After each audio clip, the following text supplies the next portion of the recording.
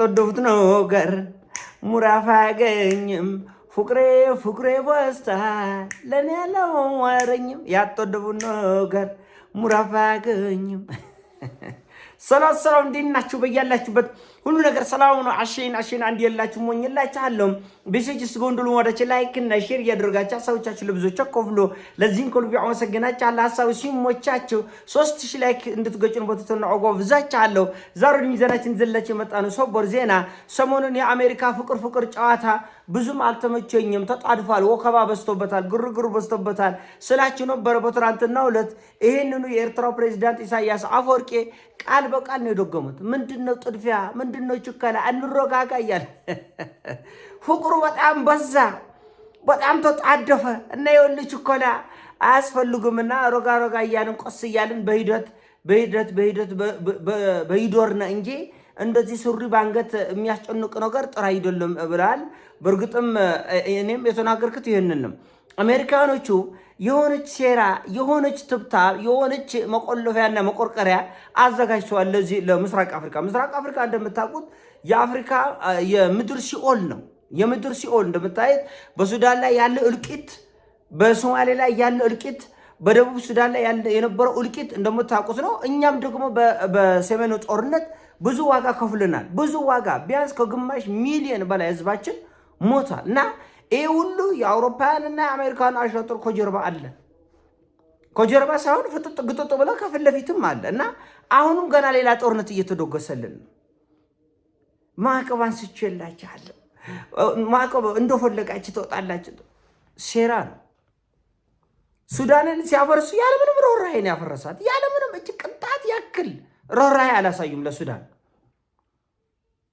የኢሚሬት መሐመድ ሎብቻ የሳዑዲ መሐመድ ቢን ዛይድ ሎብቻ የሆነ በዚህ በኩል በዛ በኩል ደግሞ የሳዑዲ አፈረሱ ሱዳን እስራኤል አለች በሱዳን መፍረስ ውስጥ አሜሪካ አለች ራሽያ አለች ኢራን አለች የተለያየ አገሮችን ያለ ማን የሌለ የለም ቱርክ አለች አሁን ደግሞ በዚህ በኩል ሶማሌና ሶማሌላንድ ለማጨፋጨፍ ቱርክ በአንድ አቅጣጫ እስራኤል በአንድ አቅጣጫ ጦርቶ ማዘን ያሉት እኛም ደግሞ እንደዚሁ የኢሚሬት ሰዎች በዛ በኩል እንደሆነ የኢሚሬት ሰዎች በእኛ በኩል የሳዑዲ ሰዎች በዛ በኩል ተሰልፈው ነው ያሉት ከዛ በኋላ አሜሪካ ወደ አንዱ ራሽያ ወደ አንዱ ኢራን ወደ አንዱ ቱርክ ወደ አንዱ ትሆናለች ዛለት ጨፈጨፈለ ማለት ነው የማንም ጥጋበኛ መለካኪያ ሆኗል ምስራቅ አፍሪካ ህዝቡም ማሰብ ማሰላሰል መገመት የማይችል ሆኗል ስለዚህ እየሞታ ያለው ነገር በጣም አደገኛ ነው በዚህ በኩል ደግሞ ፍቅር ነው ፍቅር እኔ ከተናገርኩ 35 ዓመት ሙሉ ቢያንስ በትንሽ 25 ዓመት ኤርትራ በማዕቀብ እንድትማቀቅ ያደረገው ሞለስ ዜናዊን ለማስደሰት ብቻ ሌላ ምንም ምክንያት የላቸው ይሄን ሁሉ በደል ያደረሰ የአሜሪካ ፖለቲከኞች በአንድ ቀን ተነስተው የኤርትራ ማዕቀብ ይነሳ ከኤርትራ ጋር ፍቅር መውረድ አለበት እንደ ዱል ባለ ሰርጉ እንጋባ እና የተዘጋጀች ወጥመድ አለች ብለን ደጋግመን ምን እንደዚህ መረዳት ያስፈልጋል መረጋጋት የሚባል ነገር ያስፈልጋል አሁን ትራንትና ከታውቁሽ ብላ አጥብቆ ሳመኝ ህወሓት ለኤርትራ እንኳን አደረሰሽ ለ35ኛ ዓመት የነጻነት በዓል እንኳን አደረሰሽ እድሜልክ ሲጨፋጨፍ የነበረ እኮ ነው እድሜልክ እኮ የብረት የአርማታ ምሽ ቆፍሮ እኮ ሲዋጋ የነበረ እኮ ነው ህወሓት እድሜልክ ህወሓት ኤርትራን ማድማትና ማቁሰል ያቆመው ገና 2 ዓመት ፕሪቶሪያ ስምምነት ነው ይሄንንም የተወ ለምንድን ነው ከአማራም ተዋክቷል ከአፋርም ተዋክቷል ከመላ ከኢትዮጵያ ህዝብ ጋር ተዋክቷል ስለዚህ አማራ ጋር ከምታረክ ሂጂ ኢሳያስ አፈወርቂ ጉልበቱን ስሜ የእግሩን ጣቶች ልሼ እውነታ ይሄ ነው ይሄን ኤርትራም ታውቃለች እኛም እናውቃለን ኢትዮጵያንም እናውቃለን ቢያንስ ከጠላቶች አንዱ ልቀንስ ሁሉም ጠላቴ ነው ግን ይሄን ክፉ ቀን ጎንበስ ብዬ ላሳልፈው ብለው ነውና አሁንም የኢሳያስ አፈወርቂ ፕሬዝዳንት ኢሳያስ አፈወርቂ ልክ ለአሜሪካ እንደተናገሩት ሁሉ የህወሓትን ፍቅሬ በስቷል መጠራጠር ያስፈልጋል ጥንቃቄ ያስፈልጋል ለልቂት ለጦርነት ለሌላ ውድመት የህወሓት ጥልቅ ፍቅር አብረን እንሰራለን ከኤርትራ ጋር። ድንበሩም ክፍት ነው፣ ገንዘቡም ክፍት ነው፣ ህዝባችን አንድ ነው፣ ቋንቋ አንድ ነው። ዛሬ ነው እንዴት አይ 35 ዓመት ሙሉ ያልታየው የኤርትራ ነጻነት በዓል ለህወሓት ዛሬ ፍንትው ብሎ ግልጽ ብሎ ታይተት እንኳን አደረሰን እንኳን አደረሳቻለ እንኳን አደረሰ ህወሓት። በቃ ከናጠጭ ፎጋሪ የለም አይደል እዚህ ሀገር። ያስቀሉ እውነት። እና ፍቅሬ ሲበዛ መጠራጠር ያስፈልጋል። እዚህ በሀገር ውስጥ ፖለቲካም የማይለጣጠፉ ኃይሎች ሲለጣጠፉ ስታይ ምንድነው መጠርጠር አለብህ። በአመክንዮ በምክንያት ላይ በተጨባጭ ምክንያት ላይ ነው ወዳጅነትም ጠላትነትም። ዝም ብሎ ከመሬት ተነስተ መጠላትም የፈሪዎች ነው። ዝም ብሎ ከመሬት ተነስተ መፋቀርም የፈሪዎች ነው። ጥቅም አለው። ፈሪዎች ዝም ብሎ ከመሬት ተነስተ ይጣላሉ፣ ተጠማምደው ይገዳደላሉ። ዝም ብሎ ከመሬት ተነስተ አይ ከሌ ጠላታችን ስለሆነ የጠላታችን ጠላት እኛ ወዳጃችንን እና እንፎቃቀር እንተቃቀፍ ይላል። ሁለቱም የፈሪዎች መንገድ ነው። ጀግና ሰው በእውነት ላይ የተመረኮዘ አንዲት መንገድ ብቻ ነው ያለችው። እና ኤርትራ እንዳልኳችሁ በዚህ በቀይ ባህር ላይ አሜሪካ ከአቅሟ በላይ የሆነ ጦርነት ገጥሟታል። በባብ መንደብ ላይ እነዚህ የሁቲ አማጽያኖች በጣም ከባድ ስለሆነ አሜሪካ ገብታ መዋጋት ስለማትችል ኤርትራ እንድትዋጋ ለማድረግ ነው እንደዚህ ያለ ጥልቅ ፍቅር ውስጥ ባንዴ ወድቅ ያለችው። የት ነበሩ የአሜሪካ ፖለቲከኞች? እውነት ይሄ ጠፍቷቸው ነው? እያንዳንዷ በምድሩ ላይ የምትደረገው በእያንዳንዷ ቀን፣ በእያንዳንዷ ሰዓት፣ በእያንዳንዷ ደቂቃ መዝግበው ተከታትለው ተንትነው የሚይዙ ኃይሎች ናቸው። ዝም ብለው ቀልደኞች አይደሉም። እና እንዴት በአንዴ እንዲህ ያለ ጥልቅ ፍቅር ውስጥ ወደቁ ብለው መገመት መጠርጠር ያስፈልጋል። ኢሳያስም እንደዚህ ነው ያሉት ፕሬዚዳንት።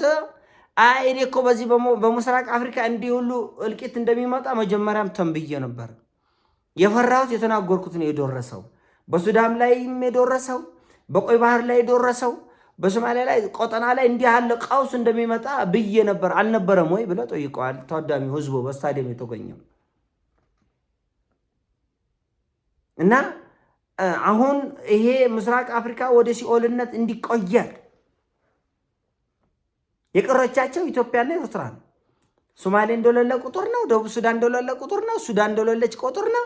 ስለዚህ ኢትዮጵያና ኤርትራን ማዶና ማዶ ሆኖ ተዋድነው ሊያፈርሱ ነው፣ ሊያጠፉ ነው። ሶማሌ ፈርሳለች። ከዚህ በላይ እንድትፈርስ ደግሞ በሶማሌላንድ በኩል መጡ። አስቡን እንግዲህ አሁን ሶማሌ በቃ ያበቃቃለት የምድር ሲኦል ነው። አረኩም አሁንም አረኩም፣ ሰውነታቸው አረካም። ኢራን ላይ የደረሰባቸውን ጥፊና ውርደት የሚያካክሱት እዚህ መጥተው ነው። ገንዘቡን የሚያካክሱት እዚህ ነው። እንዴ በሱዳን ስንቱ ወርቅ አፈሰ። እንኳን በሱዳን ቀርቶ በትግራይ ስንቱ ነው ወርቅ ያፈሰው።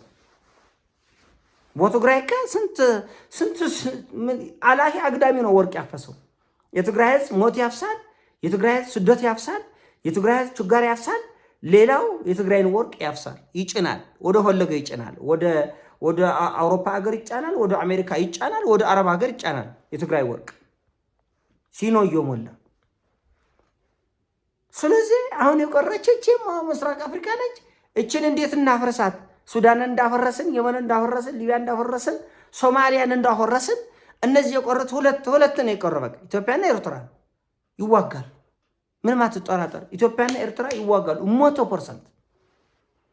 ለምን? በዚህም በዛም በኩል ያለ ኃይል ወጥሮ ይዛል። ወጥሮ ጦርነቱ የማይቀር ከዛ በኋላ ይሄ ምስራቅ አፍሪካ መተላው አጠቃላይ ሙሉ በሙሉ ሞቃዲሾ በለው ሞቃዲሾ በለው። ምናልባት እናት ሀገር ኬንያ ነው የምትወርፈው። እናት ሀገር ኬንያ የምስራቅ አፍሪካ ኒውዮርክ ትሆናለች። ለምን? በቀጠና ላይ ያለ ቱሪዝም በሙሉ ይሞታል። በቀጠና ላይ ያለ ኢኮኖሚ እንቅስቃሴዎች በሙሉ ይሞታል። ኬንያ ብቻዋን አበባ ልትወጣ የምትችልበት እድል በጣም ሰፊ ነው። ጽድት ያለች ትንታኔ ነው ነገር ያለ ጽድት ያለች እና ይሄ ጉዳይ በጣም ጥንቃቄ ያስፈልጋል። ሲፈሩ ሲደነግጡ መጥተው የሚያቅፉ የሚዛመዱን ሰዎች መጠርጠር ያስፈልጋል። እስከዛሬ ጠልተኛል፣ እስከዛሬ ገፍተኛል፣ መታረቁ እንታረቅ፣ አብሮ መስራት አብሮ እንስራ። ግን እስከዛሬ ለምን ጦላኸኝ? እንዴት ዛሬስ መጥቶ ተጣበከኝ? ለጥቅም ነው ወይ? ለጥቅም ከሆነ ግፋው፣ ጎፍትረው። ለጥቅማቸው ነው። ዞር ብሎ ኤርትራን አይተው የማያውቅ አሜሪካኖች በአንድ ቀን ጥልቅ ፍቅር ውስጥ ወድቆ መጎኘታቸው በጣም አሳሳቢ ነው። እና ይሄን ያሰው ነው። አሳው ሲሞቻችን ላይ አርግ ሼር አርገ ወዳቻለሁ። በያላችሁበት ይሞቻችን ፒስ